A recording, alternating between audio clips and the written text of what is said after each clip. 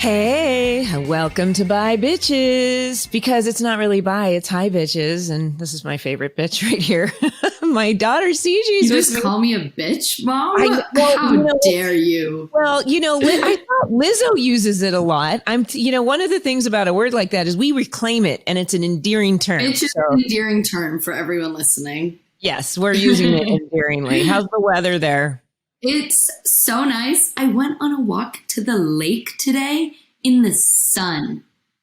There is sun in Chicago. Well, not at this moment, but this morning there was. So when do I see you in person? A long time.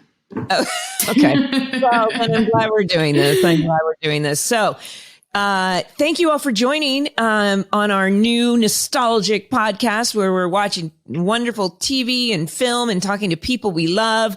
Basically, I'm just trying to get all my friends on that I've worked with to talk to them.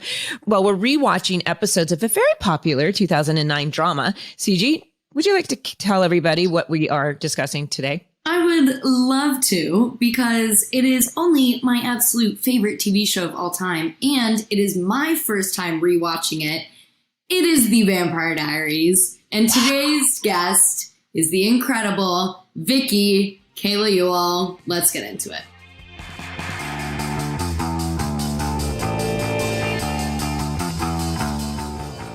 Woo, we're here. Okay. I know. No, seriously, like, woohoo, we are here, guys. Welcome to Bye Bitches. Listen, the beautiful Kayla Ewell joins us today to start off our mini Vampire Diaries rewatch as Vicki Donovan, the first human to become a vampire on screen in episode 6 of season 1 in the now modern classic teen drama. Kayla made her character iconic. So welcome, Kayla. It's so nice to see you. Hi, guys. It's so nice to see you, too. I mean, we are family, right? So it just feels like this is a little family reunion. Pretty much, right?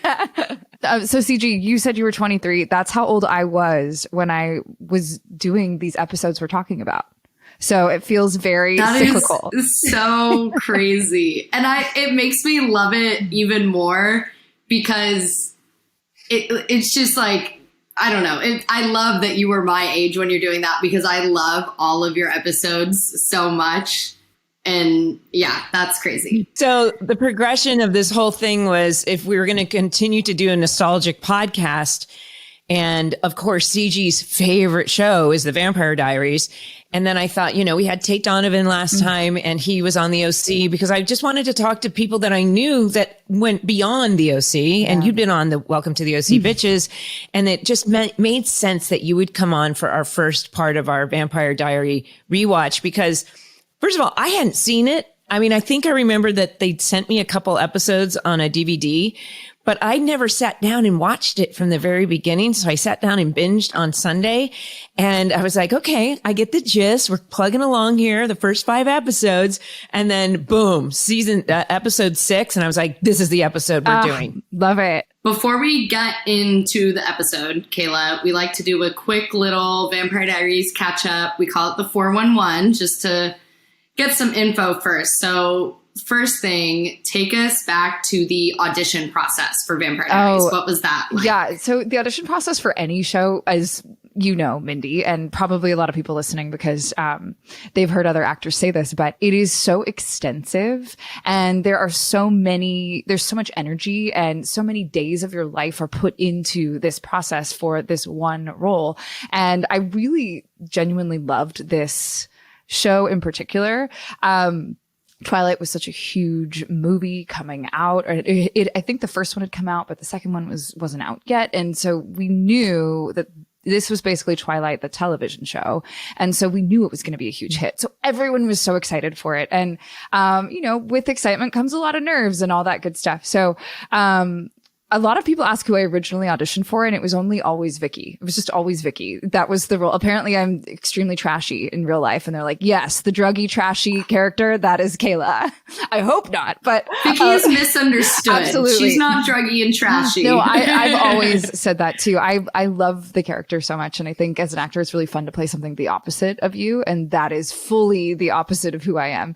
And so I think I went back 4 different different times. And I remember at the final screen test, it was, they had the 2 actors there for Caroline, the 2 actors there for Vicki, and the 2 actors there for, what's Michael Trevino's character's name? Tyler. And we were all just sitting in a room for hours with each other. And the only thing I had brought was this giant pack of Sour Patch Kids, because I knew, okay, if I need energy, you're 23, right, CG? You just kind of eat weird stuff. Anyways, I don't eat like that anymore. But at that point, that's what I would, so I brought a giant pack of Sour Patch Kids, and thank God I did, because no one brought food with them at all. And so for like the next few hours, we all just ate this Sour Patch Kids together while they're, calling certain people in.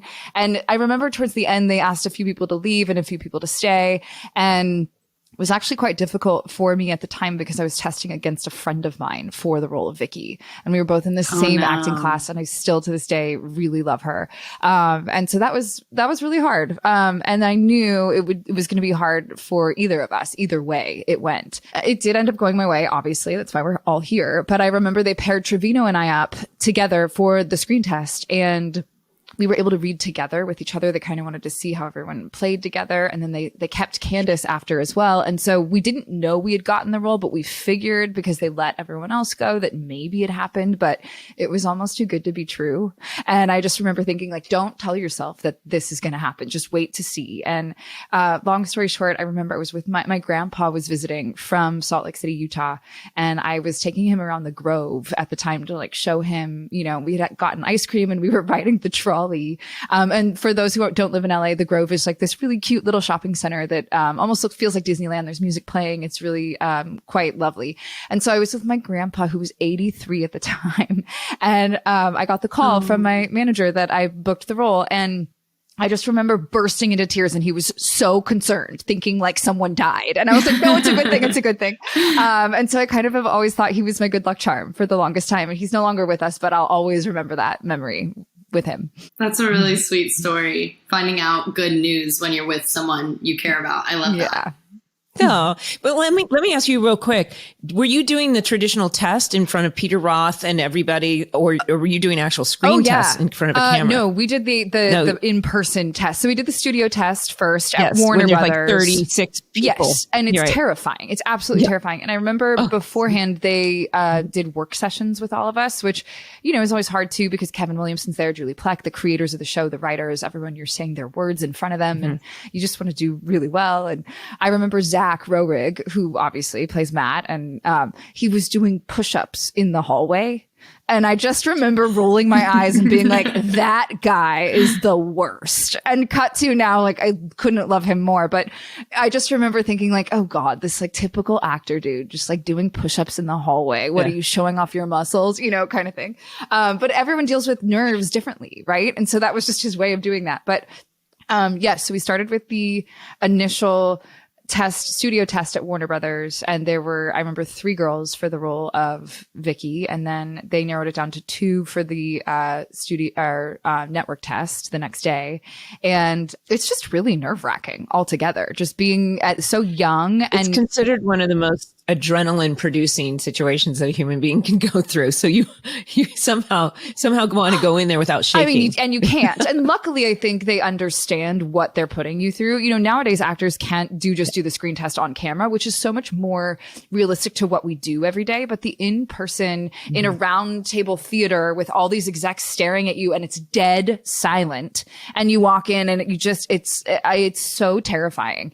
And I think I don't know what you do, Mindy, but I just black out. Like, I just do the scene and black out, and then like hope maybe it was good, and then like leave as soon as you can, because it's terrifying. Yeah, I've actually used beta blockers. Yes, because those actually can help you so that you're just musicians use them at Juilliard, and they've done studies on them where it actually doesn't take away any anxiety or anything. It just keeps your heart rate from going so high that you start shaking. That's really smart. I have yet to use those, and I've heard so many people use them, and maybe I need to start. Thank you for that advice. No, I had a doctor who said that he had a violinist as a patient, and a lot of musicians, because it's so precise what they do, have to use them to keep their nerves down, because you really can't mess up when you're in a symphony. No, right. So That's so you Google it and look it up, and you can present it to your doctor and see, because it's not something. Yeah, it's actually can be quite. No, helpful. it's terrifying. But then I had read that that Kevin Williamson was resistant to this because Twilight had just come out, but it's such a different world. Vampire lore and romanticism of that has been such a tradition for like in my generation. CG, it was the Interview with the Vampire Diaries. No, Interview with the Vampire. Interview with the Vampire. Yes, Brad Pitt, right? Well, in the books themselves that were in the 70s and 80s and such. So you've been telling me to read that for forever. I think it's sitting on my shelf right now. I just haven't read it. But full disclosure, so at that point in my life, I had just been through a really bad breakup, and it was with one of the actors who was in all the Twilight movies.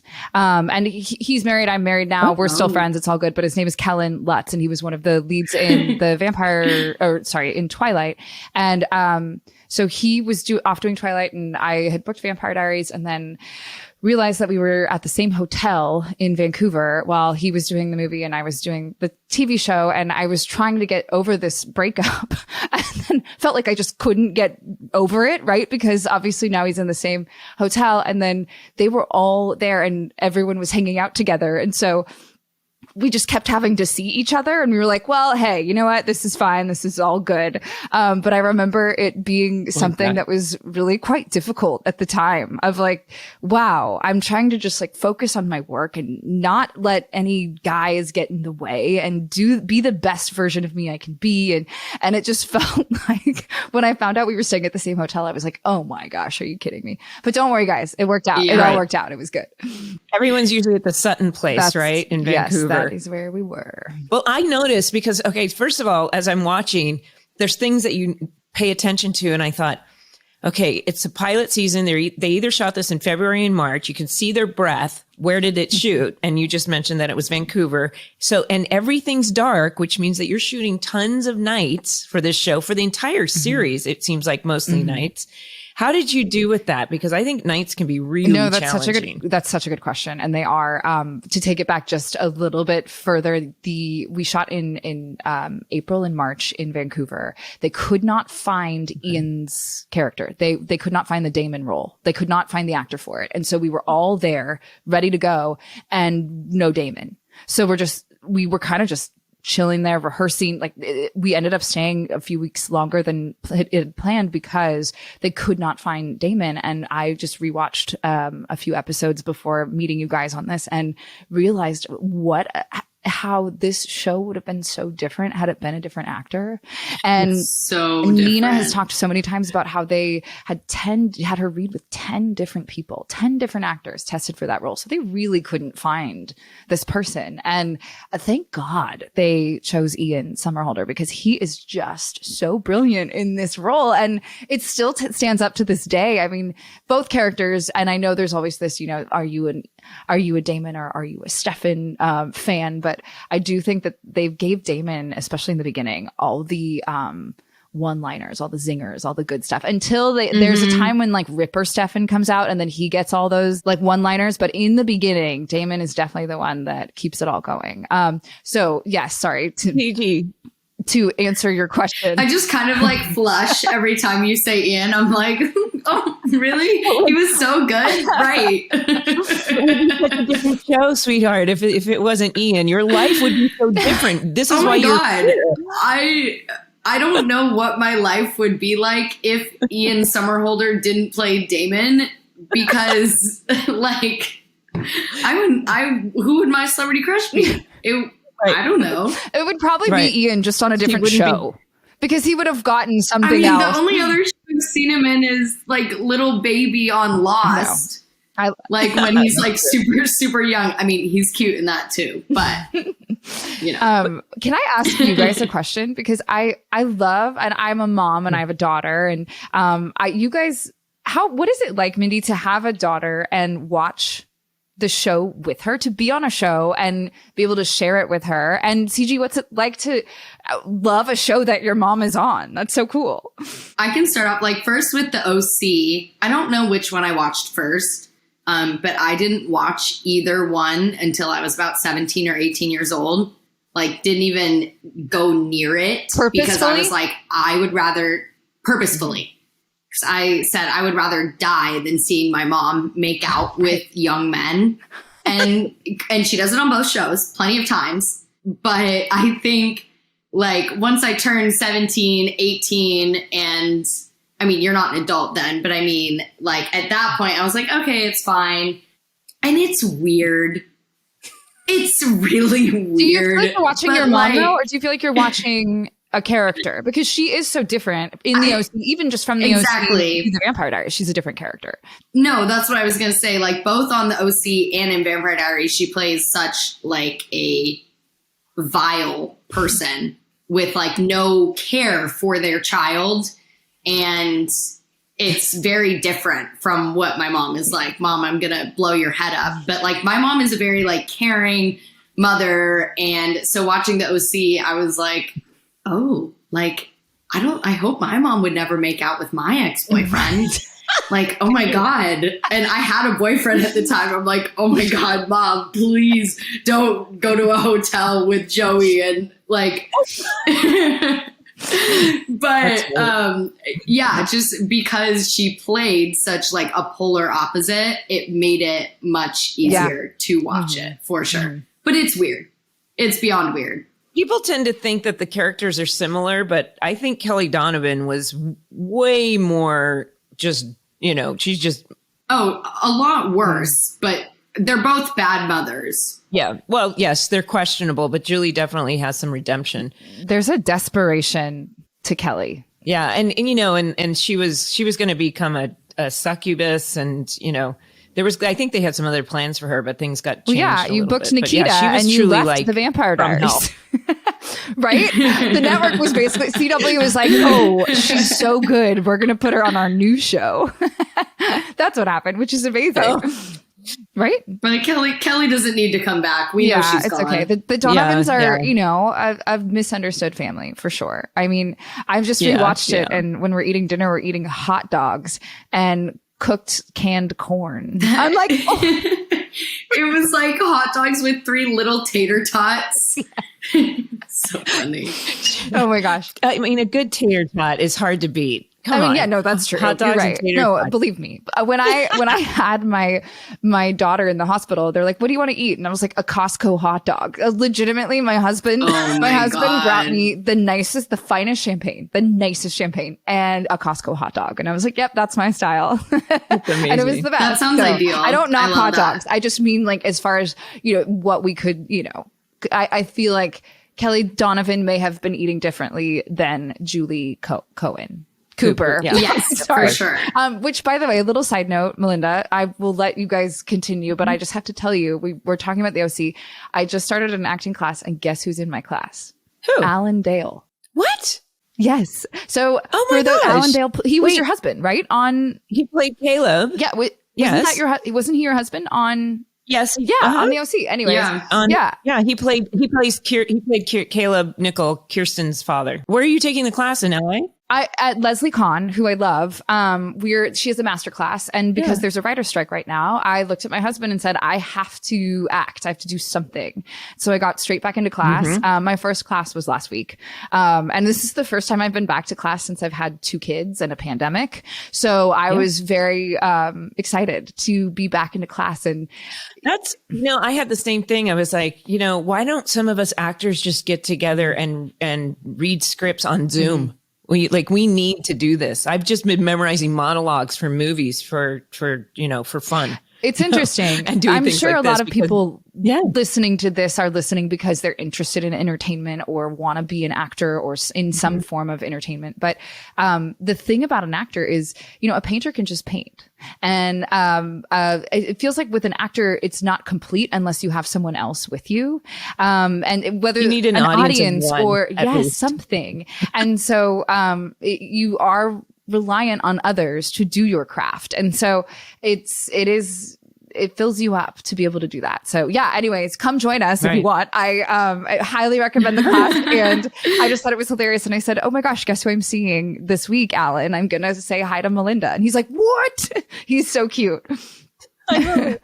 Oh my gosh. I love that. You know, I think the wonderful thing about what we're doing here is like, I would like to re-interview quite a few people that were on Welcome to the OC Bitches to talk other than the OC, because I mean, that's just one part of their lives and our lives. You know, a lot of people have these amazing resumes full of work. So since we're doing nostalgic things on this podcast, and we're going to be asking all the listeners and fans for their input on things that they want us to watch. But what is your favorite movie or TV show of all time, or one that you're watching now? A League of Their Own, the original with Tom Hanks, Gina Davis, Madonna's in it. It is my all-time favorite movie. Even when I was a little girl, my stuffed animal growing up was named Kit. After one of the title characters. And to this day, it is still my all-time favorite movie. They did just remake it for Amazon Prime, and it is so well done. It is a fantastic series. The movie will always be my favorite. It's like reading a book before watching a film. The first time you see the story, it will always be your favorite. But to this day, I could rewatch that movie 1,000 times over. I have rewatched that movie. As a child, it was one of the first times I saw women in power holding their own. And, I was born in the 80s. And so, even in the 90s, that wasn't something that was told all the time. Nowadays, stories have changed and the way stories are told have changed. But way back then, this was so new to me. And I loved every minute of that movie. Like I said, so much so that I named my stuffed animal after I love it. So that's hands down still is one of my all-time favorites, and I'm excited to show it to my daughter, and hopefully we can watch it together and start a conversation about it. Well, CG, when we watch it, we'll ask Kayla to come back and talk to us about it. Do it, you guys. I think I did mention that's definitely a movie we should watch. I think I have mentioned that to you. That movie, I love. That movie's incredible. I love it. And in fact, really when I was every actress my age it was early 90s, right? Everyone was trying out for it, and everybody wanted to audition, and they wanted you to play baseball. And I'm like, yeah, don't play baseball. So.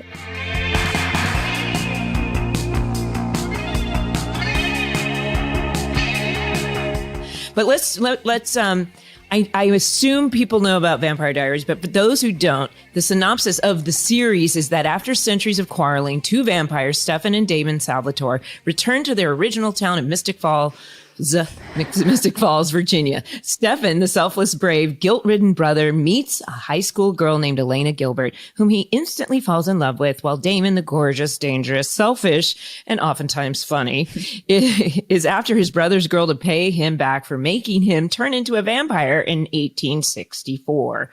We're talking about episode 6 in this, but in the pilot, obviously that was you understand the gist of that. But in the first 5 episodes, we meet Vicki. She's a troubled, drug addicted teenager working as a waitress at the Mystic Grill. And she has this complicated love triangle with Tyler and Jeremy, who's supplying her with pills. And you do get attacked once by Damon and survive. And you're going through all these things. And I was like, and then at the end of episode 5, you get attacked once again by Damon, and you're left for dead. So my thoughts on it were, it was fascinating. First of all, you asked like what it's like to watch something with your daughter. I'm hooked. Okay. I never thought I was going to. So we did it. Asked me to watch, and you think that I would watch, it's like, okay, I saw the episodes that I was in, but I never had like it was a Sunday by myself. I'm watching for this podcast, but now I realize it's not just this teen show. It really does, in long form television, you can do these very long, drawn out, methodical storytelling. And because the OC was so fast with so much storyline. And this show gives me just enough, like, I think the exposition is entertaining, and then just enough tidbits for each episode. But then in episode 6, it explodes because we haven't seen anybody be turned into a vampire. And I think it's such a wonderful tool to keep the audience like going, what are the rules in this vampire world? Because we know them in Vampire, in Twilight. We know them in Interview with the Vampire. Like, what are the rules here? And I think it's fascinating because you can almost see the creators like saying, okay, here are the rules we're going to commit, and we're just going to unravel it. And you guys ended up doing 8 seasons. No, and it's so interesting because there was pressure, or I felt pressure. It's pressure I put on myself to be the first human to turn into a vampire. And what they had said was, however, how you do this is what everyone will follow through with, because this is, you're right. We were creating the rules and outlining what happens to someone when they turn into a vampire. And so, the studio had hired Lucina Stoneburner, who is a local acting teacher in Atlanta, Georgia, to help us with sort of the lore of it all and go through all of this with us. So I called her up and said, can I book a session with you? Can we sit and will you help me figure out what it is exactly that Vicki's going through? And so we spent a few hours on it, and it was really fun for me to dig my teeth into it, pun intended, and to just kind of become Vicki is a vampire. And I mean, I know a lot of people say this, but I truly felt that it was written really well. I think Kevin and Julie did a really good job writing a lot of whiny personality into Vicki once she becomes a vampire. She's sort of this badass, too good for you human. And then once she becomes a vampire, she's so reliant on everyone else. And so it was really fun. And she's kind of annoying. I'm watching this going, yeah, I see why people don't like Vicki. I get it. She's kind of annoying. But she had to be in that moment. And so anyways, it was really fun to do. And it was, obviously I loved being able to, I feel like it's a gift as an actor to be given that. So I really loved it. Can I touch on what you just said? The acting, because when I got there and I met your acting teacher, what's her name again? Lucina Stoneburner. I remember that she was there on set all day long for all of you. And I thought it was such a wonderful thing. So many people, athletes have coaches, actors, we have acting teachers, but to have somebody on set to help you guys run dialogue before, because in television, it's so quick. The last thing they're doing is letting us rehearse. So I would take it upon, personally, I would take it upon myself to get together with actors the night before or on weekends, because you don't want to be doing it while you're shooting. But there was something that was really wonderful. And to be quite honest, even more surprising when I watched that Paul Wesley, I think actors tend to, number one's on the call sheets. They tend to set a tone. And Paul was so real and underplayed, and, because these are very extreme situations and it's suspension of disbelief and fantasy but everyone handled it so well. And I didn't feel like I was watching a traditional teen show. I felt like I was watching this very textured, layered, dark, romantic, and dangerous show. And also, one of the things that I learned doing the other podcast was that everyone's experience is different. Because some people had a really wonderful time and other people thought it was just magical, and that's fine. But I was so blown away by the production value, how it looked, how seamless it was. There were just so many things that I found I felt like I was taken on this ride, and I'm still in it.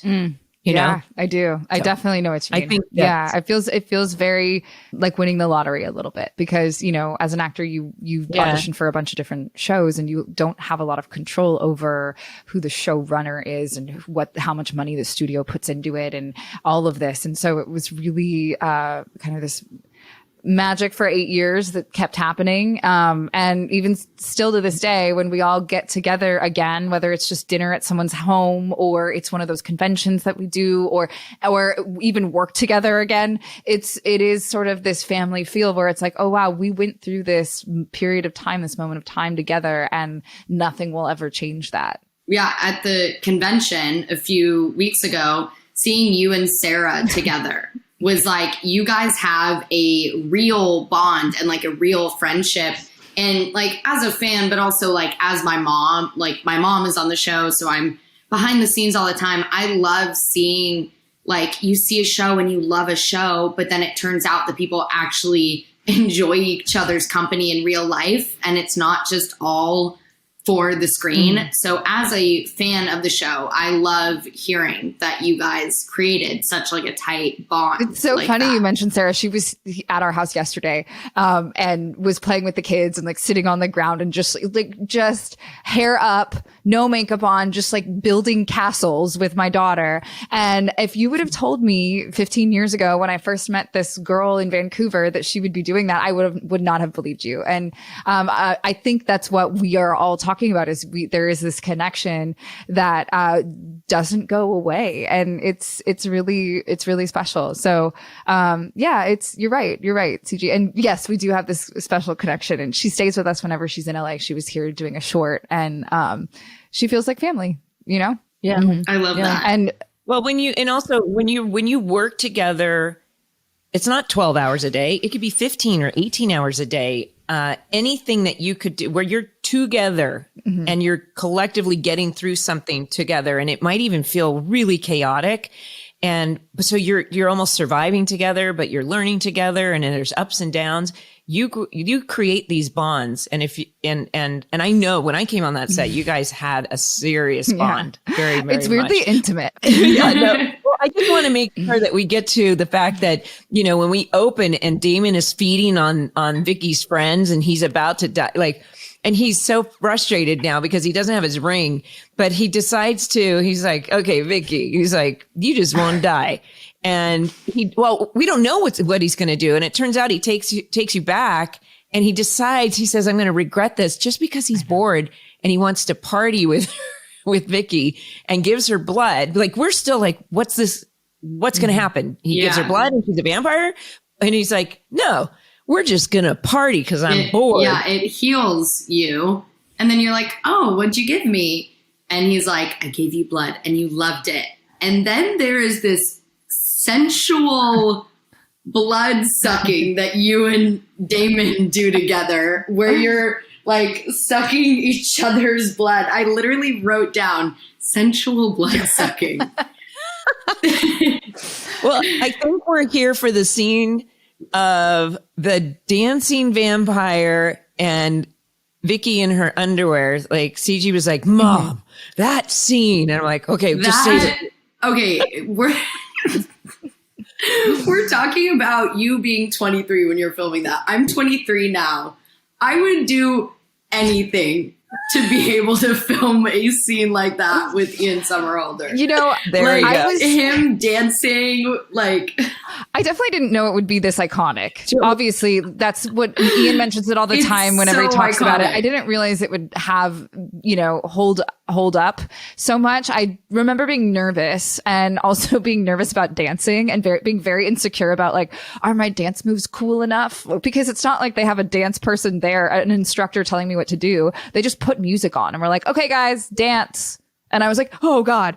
And you had multiple scenes around the house. Whole thing. So right. and like it. Yeah, I think, yes, I was very nervous. And I also remember feeling very exposed in my underwear, even though, you know, it's a wife beater and it's boy shorts, but they're a little see-through. And there were other more see-through options that I definitely fought to be a little bit more covered, like I am. And I'm glad I did. But I think I had so much fun. And I just remember thinking, I can't believe I'm getting paid to do this right now. Right. I was a huge fan of Ian's from Lost, and I remember seeing him on Lost and being excited to have scenes with him just in general. And then when I got this script in particular, I was like, oh wow, this is really cool. Lucky me. And then it's still to this day I'm watching it going, wow, what a cool opportunity to be high on blood dancing around with the guy from Lost. And I'm happy he had fun doing it too, because it really was just one of those days where it was kind of like magic happened. We ended up like just connecting, and I don't even think they told us to do the sucking at the same time. We kind of just ended up doing that. It was very much, we were in sync with each other and in tune, and it really worked.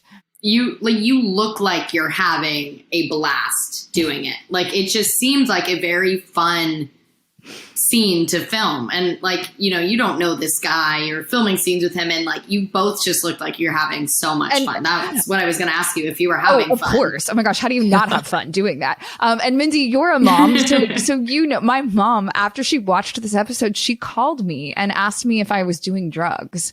because I guess it was so believable. And I burst out laughing. And Yes, I how was like, can you do Mom, that? A, in my head, I'm thinking, if I am, I'm probably not going to tell you. But B, no, I'm definitely not. And I'm very honored and flattered that you've believed it so much that you're concerned right now. I had it, CG, there's a few things that I don't know if I don't want to watch for this podcast, but there's a few things I did at that age, at 23, that were so uncomfortable, but that the director, the producer, they got us alcohol to drink before a nude scene. And I was like, every once in a while, that was back in the early 90s though. Yeah. So then as they're dancing, for the first time, we see the most vulnerability out of Vicki, where she's sobbing, talking about this dad she doesn't know and this mom. And it's just like, classic, almost, she's too drunk or this and that. But the combo of the blood and the alcohol and this, and he's like, boy, you are just, matter of fact, you're pathetic. You have no self-esteem.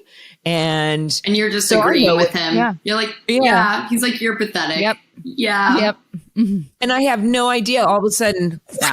And I thought, I totally jumped. I was like, wait, this is where this happens? And I guess as he's testing the light or something, she turns over and she's like, what's going on? He's like, now you're dead.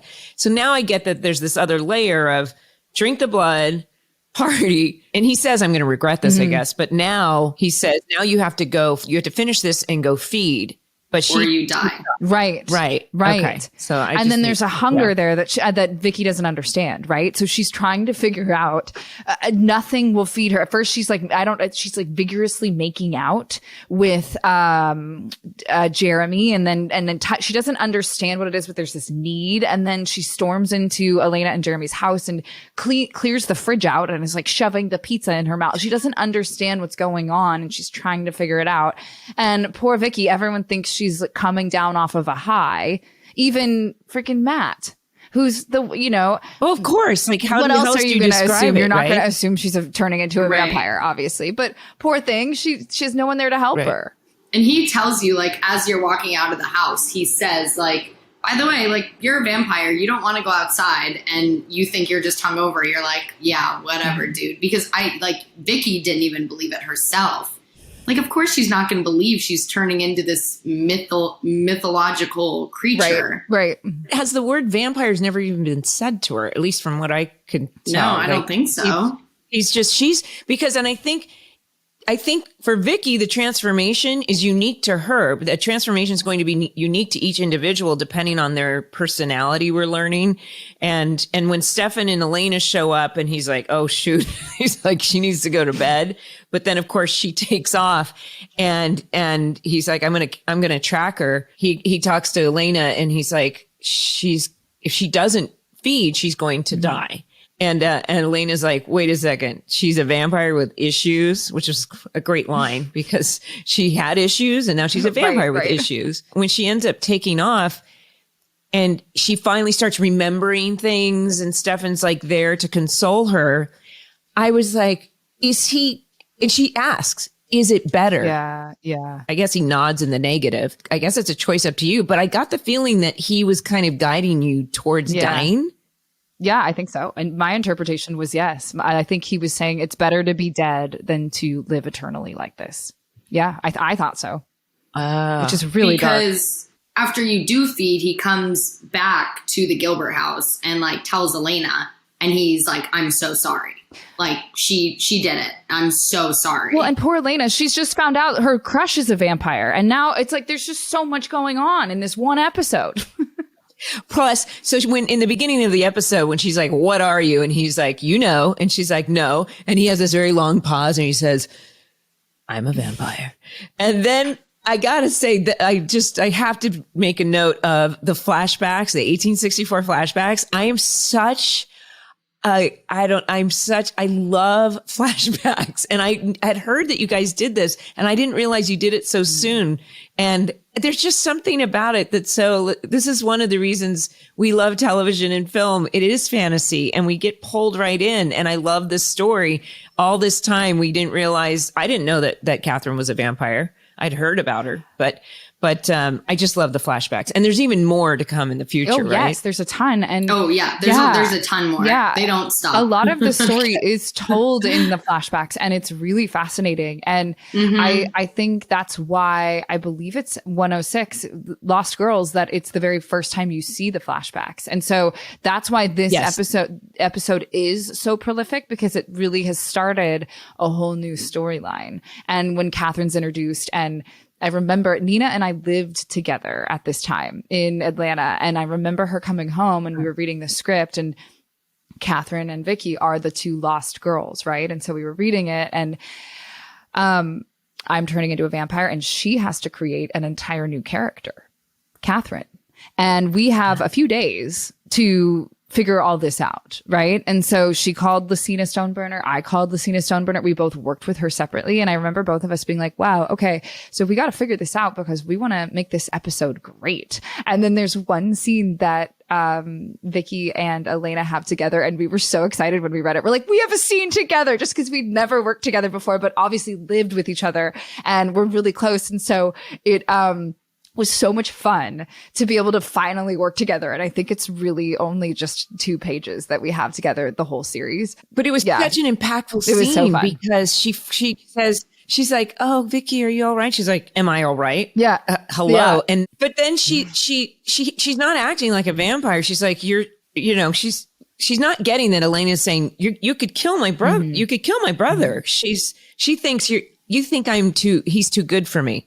Right. And she does everything that she's ever felt for this girl and slams her up by her neck and says, I think of you as the girl who dumped my brother. That's all I'll ever think.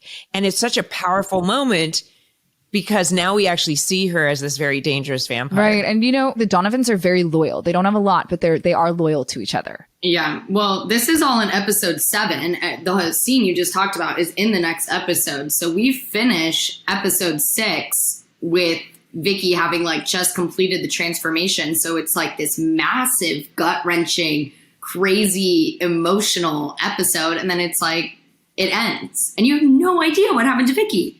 I was sitting in my living room and I was like, I have to watch. When this was coming out weekly on television, I could not imagine having Vicki go through that crazy, incredible arc, turns into the vampire, and then, no, you have to wait until next week. Wait a whole week. Thank God for streaming. Right. Well, but now think about those. That was a time when it was once a week, and that's an inch. In long form television, when it's once a week, you get people, you're going to high school and the kids are talking about it for a whole week before it gets there, and it builds this audience. But one of the last image, because as Stefan is trying to talk to her and help, and by the way, your acting's beautiful and you're so really emotional and you just feel it, because she's like, I remember everything now. I'm getting it. And I understand all this. And then Lucas, I guess, kills or shoots him with a wooden bullet. And Stefan, of course, comes to the rescue, and we see this really quick shot of Vicki. And then as they come to, you see Stefan go, Vicki, no. And you come up and you've got this whole thing full of the most blood that we've seen. And she goes, sorry. We're like, oh shit. So it's to point to what you just said, CG, that little sorry. And then Stefan goes, oops. So there's that Damon humor in there. Touching on your acting in all of episode 6, I just noticed you just portrayed the most wide array of emotions in one scene that it was completely believable. As I guess when you're turning into a vampire, it is like a come down or something. It's like, you mean withdraw? Yes. It's crazy. And I think you just did such an excellent job, especially being the first one to turn into a vampire. You showed that it's not fun. It's not, there's people who want to be vampires, and Stefan's like, no, maybe you don't. And I just thought you did a really good job, because the amount of emotions that Vicki went through was insane. Thanks. Yeah, I think for the first time we're like, do we want to be vampires? It doesn't really look that fun. But, Right. you know, Yeah. you also get to hang out with Damon and Stefan. Right. I would be a vampire to hang out with Damon and Stefan, like gorgeous brothers. I'd be like, yeah, okay, I'll be a vampire. That's fine. I like, in comparison to Twilight, because I think a lot of people, I think a lot of people probably assumed it was similar, and I guess it could be similar, but I like that it's different and it's more based in a little bit more humanity. It's not so ethereal. Right. It's not so different. And the fact that, they came up with ways that they can be in the daylight and they're still drinking, and they drink coffee. They have a reason for drinking caffeine and alcohol. And I don't know. You said you had to go pee at one point. So I think that's my favorite line Vicki has. She says, where's your bathroom? I have to pee. And then she's like, wait, why do I have to pee? I thought I was dead. It's so good. I remember reading it and going, yes, it's so good. So we've occupied your time for so long. And thank you so much for coming on. And we're going to see you in December. I guess I can't wait. Yeah. Yes, I'm so excited. It'll be so fun. I can't wait to see Grey's in December. And I'm excited to listen to your podcast. I love podcasts. I'm definitely going to subscribe. And I love you both truly so much. Thank you for coming. Can't wait to see where this goes. And it's going to be lots of fun. So congrats on the new podcast. And I'm really excited for you guys. And I can't wait to see you in December. You're the sweetest. I love you. I love you guys. Truly. Thank you.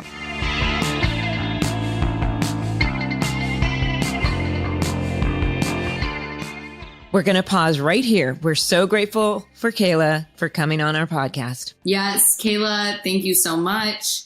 I'm just an absolute fan of the show. So being able to get the chance to speak to Kayla was absolutely amazing. I had a blast. She gave us some really great tidbits. I think this is what's fun to do these podcasts where it's not just about the storylines, but how it affects people's lives. And yes, like I said, I'm hooked. I'm on episode like 11 or 12, and I'll be getting into my episode soon. We'll see how that goes.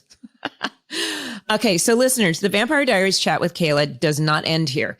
Head over to our Patreon to get more bonus content with Kayla. Yes, head over to our Patreon, which is patreon.com/bybitches, where we will be discussing season 1, episode 7 of the Vampire Diaries, which is where we finally get to see what Vicki is dealing with as a vampire.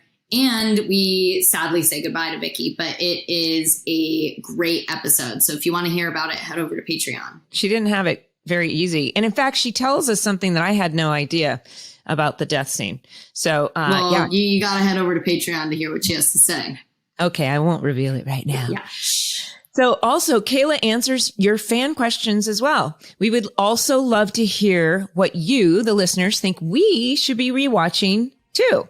You can message us on our Patreon or Discord or on Instagram and TikTok channels. I am at the Melinda Clarke, and CG is at CG Mir. That's CGMIR. And we will be taking suggestions and can't wait to continue this rewatch journey. I am so excited for the next 3 episodes to be rewatching Vampire Diaries. Thank you so much for listening. Please follow, rate, and review us wherever you listen to your podcasts, and click that link below to head over to our Patreon. You will not regret it.